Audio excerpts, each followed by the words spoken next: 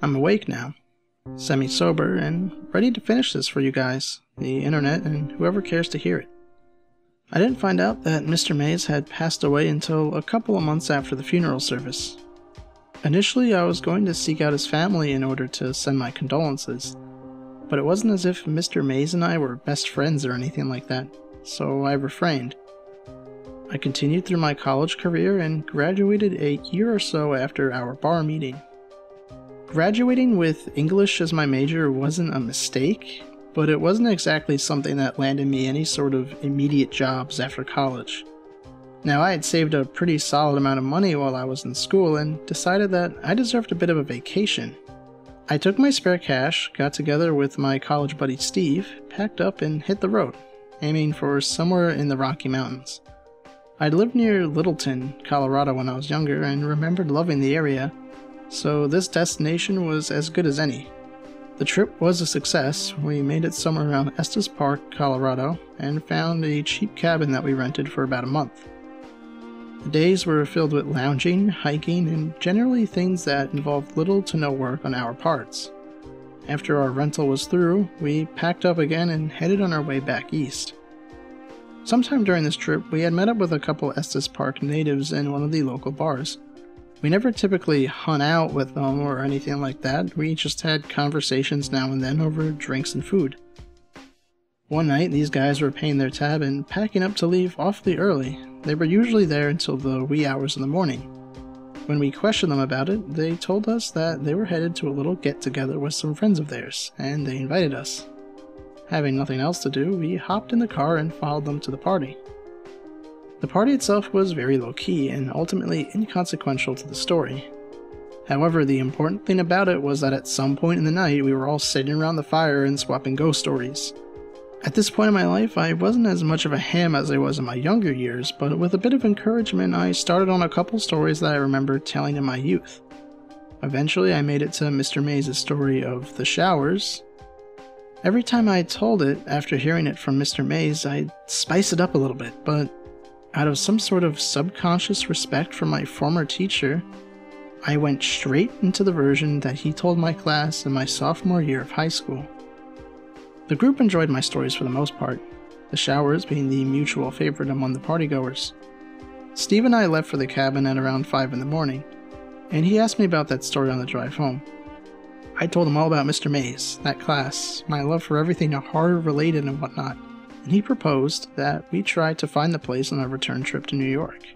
Initially I was reluctant, simply because I didn't feel like aimlessly wandering through Nebraska for days looking for some old farm building that was probably demolished at this point. But a couple of days before we left Colorado, I told Steve that it sounded like fun. We weren't going to be able to do another trip like this for a long time, so I figured that we might as well make the best of it. Somewhere in the back of my mind, I thought of it as a little tribute to Mr. Mays, a guy that, in retrospect, helped me realize that I wanted to be a writer. Anyway, we left Colorado and made the long, boring, and barren drive to Broken Bow, Nebraska, or Hell on Earth, as Mr. Mays had put it. We found a motel in the town and hung around for a couple of days, venturing out 100 miles or so in any given direction each day. I had remembered Mr. Mays telling us that it was somewhere outside of Broken Bow, but I don't think he got any more specific than that. We tried asking the townsfolk if they had any information about the showers, but we were usually met with just blank stares or eye-rolling when we told them what exactly this place was. The only person who seemed to know anything about it was an older lady that worked at a gas station on the outskirts of town. I don't recall her name, but this one was just one of those cheerful old people, very helpful and generally interested in what anyone had to say to her. Steve had started talking to her at checkout, and she asked us about our license plate, commenting about the fact that we were very far from home. We had nowhere in particular to be, so Steve and I just ended up talking to this woman for about 15 minutes, at which point we brought up our hunt for the place known as the Showers. Initially, the name didn't ring any bells for the woman, which made sense, seeing as Mr. Mays had just given it the name after his experience there. But when I began to describe the details of what I remembered from his story, the friendly old woman interrupted me. Her tone was not scornful or mean in any way, but she became very tense and deliberate with her words from that point on. People don't deal with anything related to that sort of business around here anymore, she told us.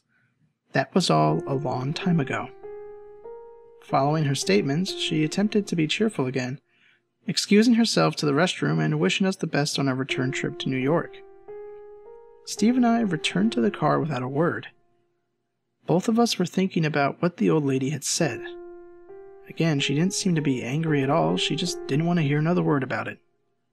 We were driving to the hotel before Steve said something. I mean, if I had to live in a place associated with an urban legend or something like that, I would probably totally mess with anyone who asked about it, he said. I mean, eventually you just get so tired of people asking about it that you just try and scare them and get them to shut up, wouldn't you? I agreed with Steve and kept driving, but the whole experience wasn't sitting right with me. If this was some sort of well-known legend in the area, why did no one else in the town seem to know anything about it? I managed to shrug it off. Mind you, neither of us were scared of finding the showers. This little excursion on our road trip was more of like a scavenger hunt, a cap-off to the overall relaxing vacation. Steve and I were basically like tourists, hunting for the site at which a famous movie was filmed or something like that. We went into the whole situation with little to no expectations and a fleeting hope that we would be able to find the place. We spent another day in Broken Bow before our next trip out to find the showers. Nebraska isn't as terrible of a place as people make it out to be, but it really isn't all that exciting. We found a bar and spent some time there, and that was just about the extent of our activity on our day off. When we did get back on the road, we decided that we would attempt to stay off main roads for as much of the day as we could. I knew that there was no way this place was going to be off the highway, and I remembered some detail about a dirt road in Mr. Mays' story, so we went looking for those. This was a fairly futile effort. Most of Nebraska is dirt roads. It was 7 in the evening when we came upon a small but thick forest. I used the term lightly, but for Nebraska this place was like an oasis. The trees were full and thick, shrouding most of the insides in darkness. The sun was setting, and even though we had run into a few of these random crops of trees, we agreed that this one showed more promise than any of the others. There wasn't really a road, but there looked to be a path where a dirt road might have been at some point, so we drove along that. If the car was able to handle the Rocky Mountains, a dirt path in Nebraska probably wouldn't give us much trouble. We moved slowly and carefully along the trail, making sure to clear any fallen trees in the road or rocks that would render the car useless when the sun finished setting. It was pretty dark in this place during the day, but when night came, it was something else entirely. I had an inkling at this point that we had found the right place, but I didn't want to jinx it, so we continued onward. I didn't realize it at the time, but the little bits of light that managed to penetrate the canopy in this miniature forest actually did make it look as if the tree branches were trying to grab the car, just like Mr. Mays had mentioned in the story. I'm still convinced that he made up the part about the animal eyes, though. The most aggressive creature we saw in the woods was a dead rabbit on the side of the trail. It didn't have any obvious signs of death, it just looked like it had simply laid down and never bothered to get up. We drove around in the darkness for quite a while before we found a clearing. We had to move several smaller clusters of branches out of the way before, but right in front of our exit was a giant, dead monster of a tree. There was no way we were moving this one, so we got out and turned on the bright headlights and hoped that it would illuminate the area in front of us. There was a feeling of excitement mixed strangely with fear when I saw what lay 50 feet beyond the clearing. There, lit partially by the headlights from the car and the little bit of light from the crescent moon, was what appeared to be an old barn house. This wasn't a typical farmhouse, it was larger than the barns that I had seen in films and didn't have any sort of crest. It basically looked like a small warehouse. I wasn't entirely sure at this point if this was the place we were looking for, but it was definitely the closest we had come. I moved through the brush until I was roughly 20 feet from the entrance, at which point all the growth seemed to stop. I don't know if the owners had done something to the soil, but the whole structure had a border around it that was clear of any sort of plant life. I approached the entrance of the building, a large sliding door, as Steve came up behind me with 2 flashlights in hand. "So you were just gonna run off into that place in the dark?" he laughed. I gave a half-hearted chuckle and grabbed one of the lights from his hand. Mine was a little but pretty bright flashlight. It was the kind that hikers would most likely fasten to their backpacks, just in case they were stranded at night. It worked well enough. I grabbed the metal door with both hands, holding the flashlight in my mouth, and gave it a tug. It moved slightly, creaked a little bit, but there was no way I was doing this by myself. Steve came up from behind, set his flashlight on the ground, grabbed the door, and said, 1, 2, 3! We pulled at the door with all the might that we could muster. Once we had managed to move it a couple of inches, it must have latched back onto its track because it slid very easily, stopping hard with a loud and echoing thud when it was completely open. Steve picked up the flashlight and walked behind me. I had already moved inside.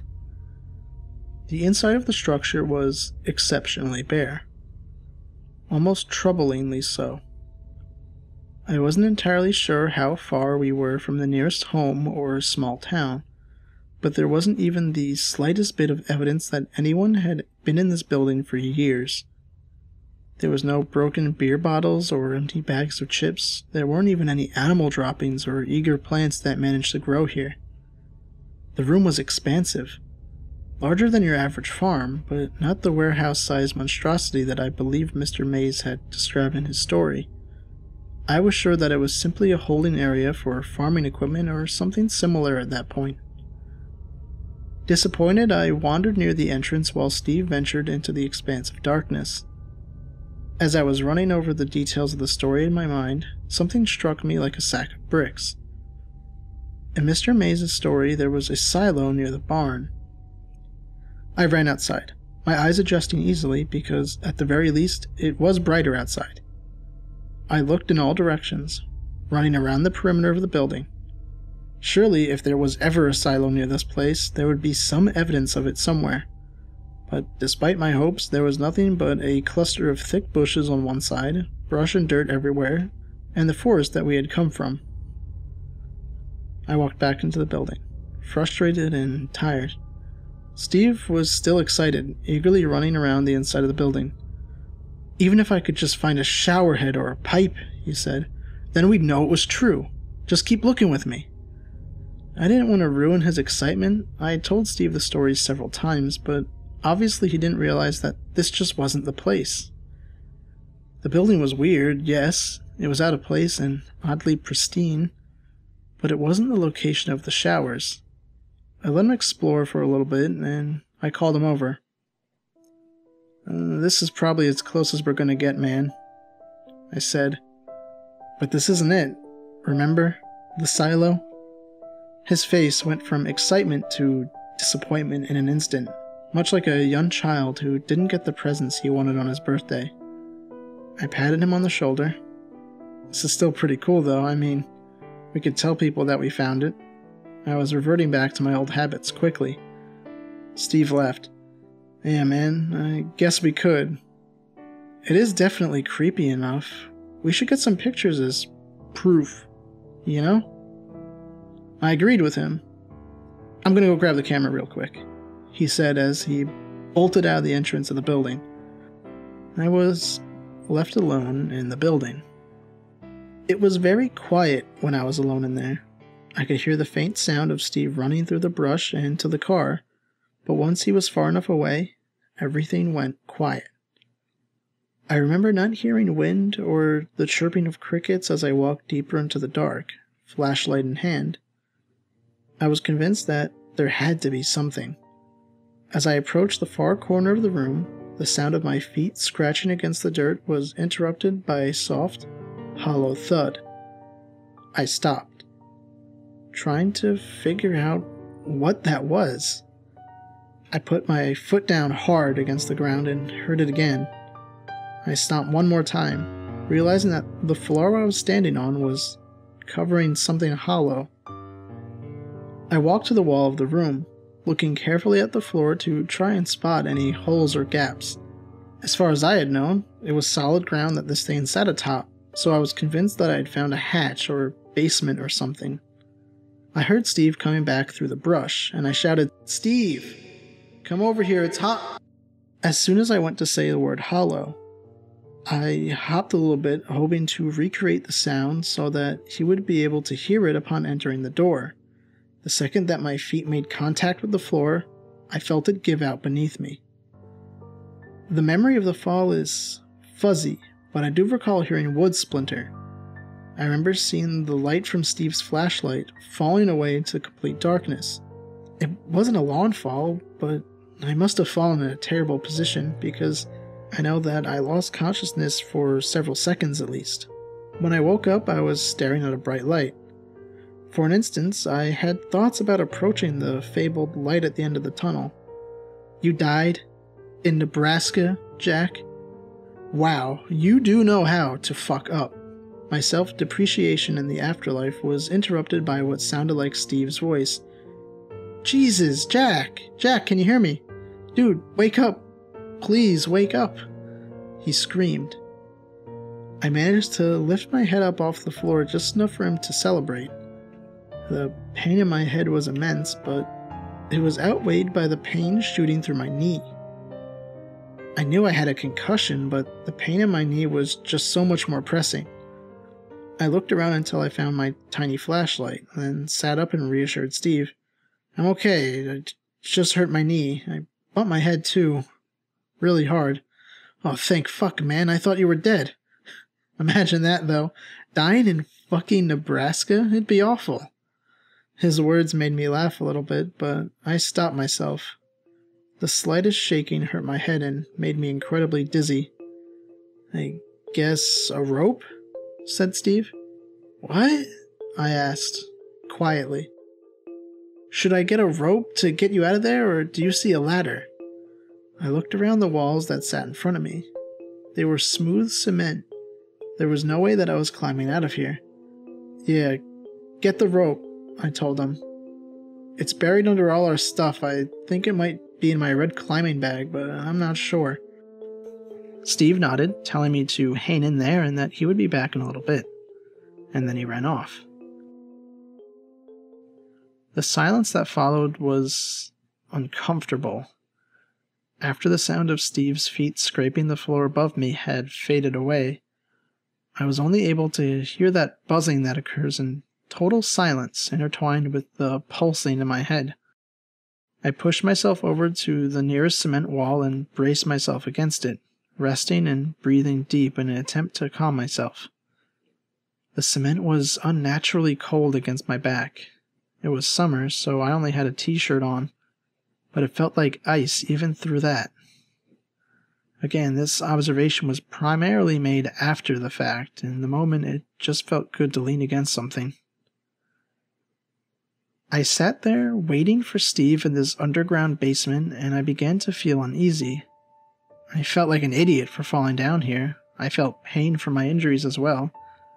That all seemed to fade into one emotion in an instant when I heard what I could only identify as breathing.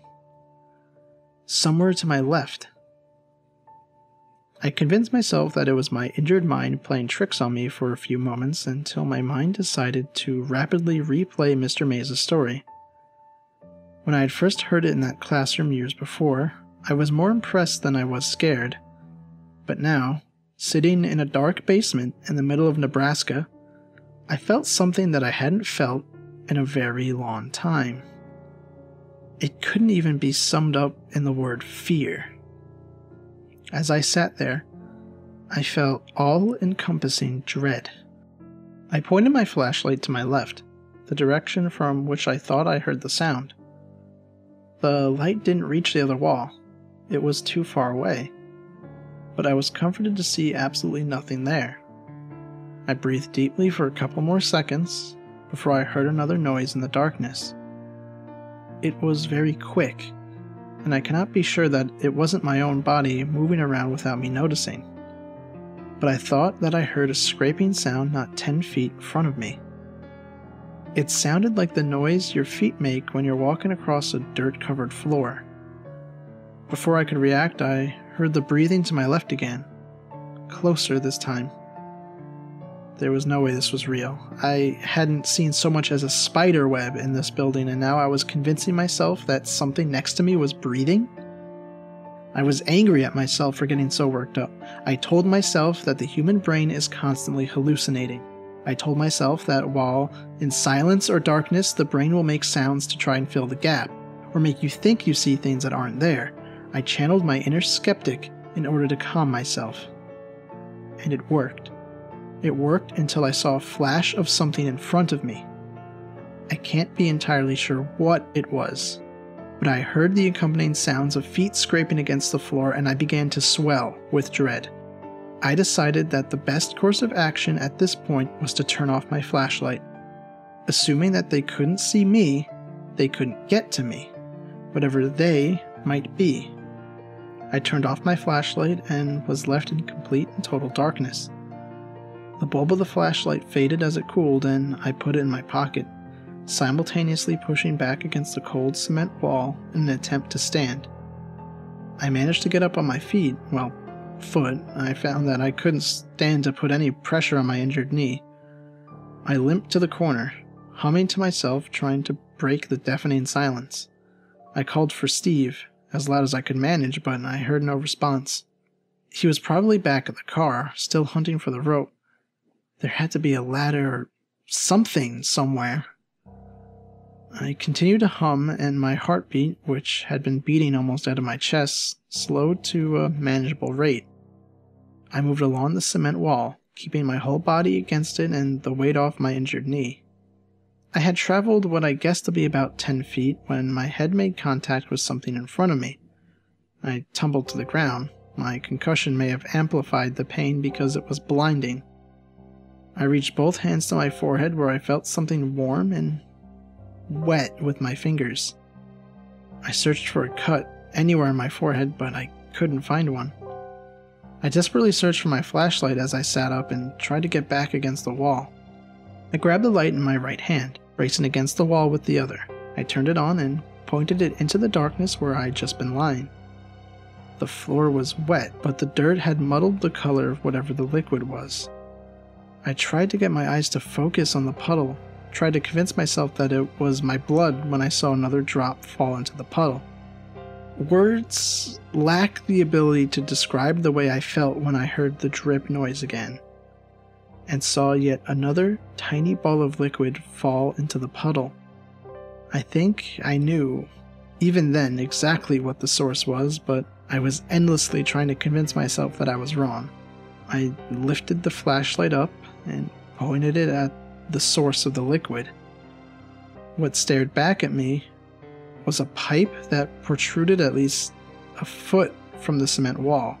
The metal was rusted and cracked. Little bits of the liquid began to seep from them. At the end of the pipe was a simple shower head, aimed down towards the ground. Do you know that feeling when your stomach drops? In this case, I think mine literally did, because I vomited immediately. It got all over my shoe, but that wasn't the least bit important at the time. I ignored the pain in my knee and shuffled along the wall as fast as I possibly could. I heard noises, but I couldn't be sure if it was just the sounds of my own movement or something around me. I managed to duck under the next showerhead. This one was higher up on the wall and seemed to be leaking the same liquid that the other one was. I felt like I was moving along something infinite. Every now and then I would have to duck or move under another metal bar, another showerhead. They began to pour more profusely, but the liquid was too thick to come out easily. The room began to smell. I remembered immediately the way that Mr. Mays had described it. I grabbed my shirt and put it over my nose, trucking onward. But it didn't stop the smell for an instant. It smelled like vomit. It smelled like shit. It smelled like burnt hair. It smelled like rot. I was still moving around the wall when I fell into some sort of outlet. I hit the dirt ground hard, adrenaline coursing through my veins. The pain still managed to break through, though. My flashlight was still in my hand. I aimed it and examined my surroundings. Sitting in front of me was a doorway. There was a door there, though it looked aged now. It had a nice little design on it, a doorknob and a knocker that looked like a snarling demon. Red paint was peeling from it, flaking off and falling to the ground in front of me. I clumsily rose and busted through the door, narrowly missing a piece of hanging sheet metal in front of me. I was crawling now. There was no way that I could run. The walls and ceiling were lined with metal, the kind that you would see on the roof of a farm. Large pieces of wood seemed to brace the sheets, holding this makeshift tunnel together. I couldn't risk sliding against that and possibly cutting myself on the metal, or hitting the wood and causing a cave-in, so I crawled. I pulled myself for what felt like miles, running into walls every now and then because the path seemed to curve like a snake. I had no idea where I was in relation to the hole that I had fallen through, but I told myself that there was an exit at the end of this. Had I not been crawling, I would have surely hurt myself or far worse.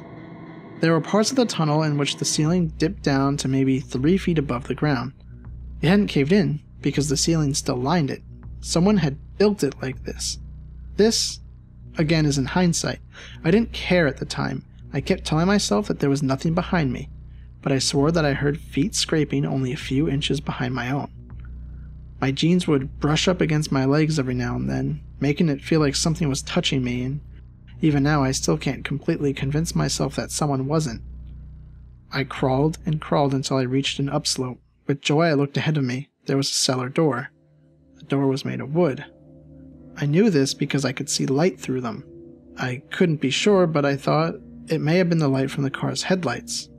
Besides all that, I was just so immensely happy to find an exit. I crawled all the way to the door and threw my shoulder into it. It budged, but didn't open.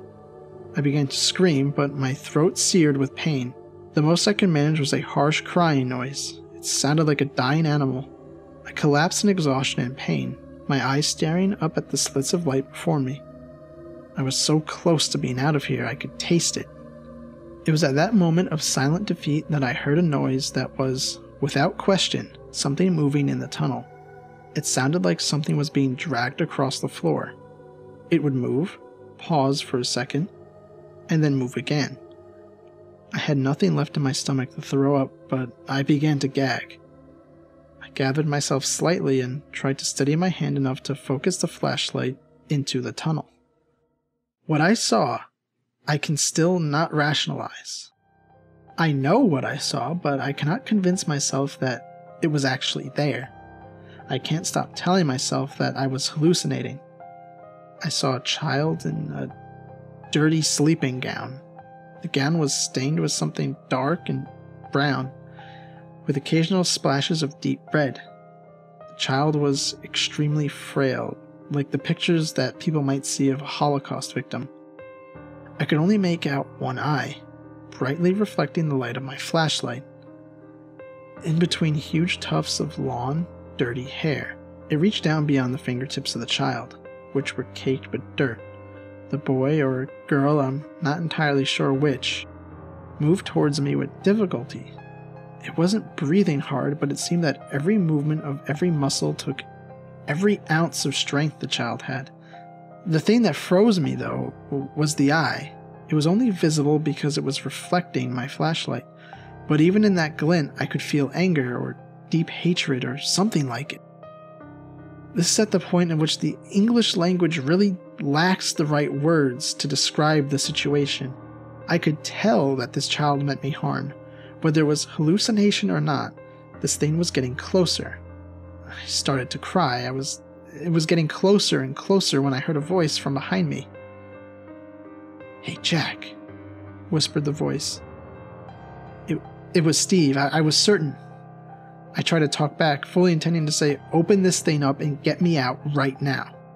However, given my current state, I'm sure it just sounded like garbled nonsense. I clawed at the door, pushing against it with everything that I had and finally breaking eye contact with the child. As I did this, the flashlight rolled down the slope, coming to rest somewhere near the child's feet. "What do you see?" the voice asked. What are you talking about?" I closed my eyes. I remember hearing a reply along the lines of, "Just look at it. Tell me what you see." But my own screams of frustration drowned it out. I was mumbling like a maniac when the voice told me calmly, "Rest for a second. I'll get it." The statement took a second to settle in, at which point I closed my eyes tight. "Steve, just do it, please. Please just get this open. Please." I whispered, "Just get me out of here." My voice was beginning to get louder. "Steve, goddammit, open this fucking door." I opened my eyes for a split second to see nothing but black hair dangling in front of my face, a small glint of light hidden in the mess of tangles. I slammed my eyes shut and screamed with every ounce of energy I had, "Open the fucking door!" The door behind me gave way, and I fell onto the dirt, taking in a breath of fresh air. My eyes were still closed, but the first thing I did was scramble to find the cellar door and close it. Once I had done that, I took a deep breath and opened my eyes. I saw the barn in front of me, illuminated by the headlights of the car. My head was pulsing with pain. I was covered in dirt and liquids that I didn't care to know the origin of. My knee was, at the very least, dislocated, but despite all of that, I was out of the tunnel. I took a deep breath, buried my head in my hands, and said, "Steve, why didn't you just fucking open the door?" I waited for a response, but none came. "Steve, seriously," I began. I was fucking clawing, screaming for my life, I said as I looked behind me. My stomach must have been on the verge of falling out of me at this point, because it shifted again. The only thing behind me was the large mass of bushes that I had seen while examining the perimeter of the building. I was angry. "Steve, this is not the fucking time. Come out of the fucking bushes." I was getting ready to stand up when I heard a yell in front of the building. A flashlight bobbed up and down in the semi-darkness. Steve was running into the open door of the structure, yelling my name and telling me not to worry. I must have lost consciousness at that point. When I woke up, Steve was standing over me, desperately trying to wake me up. His words were almost incoherent, at least to my ears. He helped me to my feet and began to walk me to the car. As we walked away, I saw my flashlight sitting just outside the cellar door. The light was fading. Steve brought me back to the car and drove me to the nearest hospital. I fell asleep, but he told me that he drove around for an hour before he found a main road. I don't think I ever told him the whole story. I believe he thinks that I was just injured from the fall. He never really asked about it, and we didn't stay in contact for much longer. It was not like we deliberately parted ways, we just sort of stopped hanging out after that trip and went our separate ways. I've never fully been able to understand what happened that night. There are many things that I can explain away as being hallucinations, but there are still many things that don't make sense. The shower heads were there and they were leaking something. The door was real. The tunnel was real. Most everything else can be semi-rationalized if I can convince myself that I had a very bad concussion. A very, very bad concussion. But the one thing that I couldn't have imagined was that the cellar door was locked, and then it suddenly wasn't. I am still as skeptical as I have ever been, but I believe in what happened to me at the showers. I'm not a hermit or a social retard because of this. I drink a lot, but I am still functional. But I will never return to Nebraska. No one will ever be able to convince me otherwise. I don't watch horror movies either. There is absolutely nothing entertaining about being so desperately scared. That's it, really. There's no typical ending for my story. I was changed by my experience, yeah, but there's no way to change anything about it or fight back against it. I can't even convince myself that I wasn't just seeing things. Believe me, I've been trying for years. Prior to this, there was really no way to find any information on the showers. The legend didn't extend outside the classroom of Mr. Mays. No one told stories like this to keep children away from a certain place or to scare them. It just wasn't known. I guess that's really the point of this whole story. I want people to know, firsthand, what this place is like. Maybe it's a drunk's rationale, or the kid inside me wanting to spread these kinds of stories again. I don't know, I don't care.